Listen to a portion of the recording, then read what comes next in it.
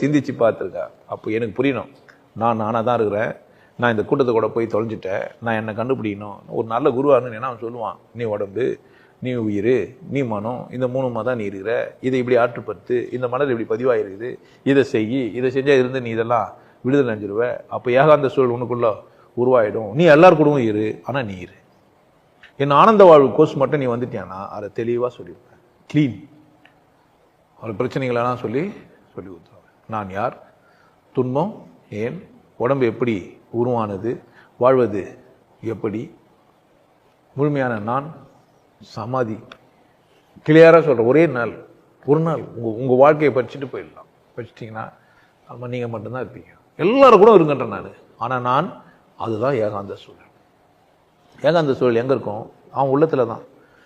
அவன் உள்ளத்தில் ஏகாந்த சூழலை கண்டுபிடிச்சிட்டான், வாழ்ந்துட்டான்னா அவன் எப்போவுமே வாழ்ந்துனுக்கு ஏகாந்தவாதி தான் அவன். ஏன்?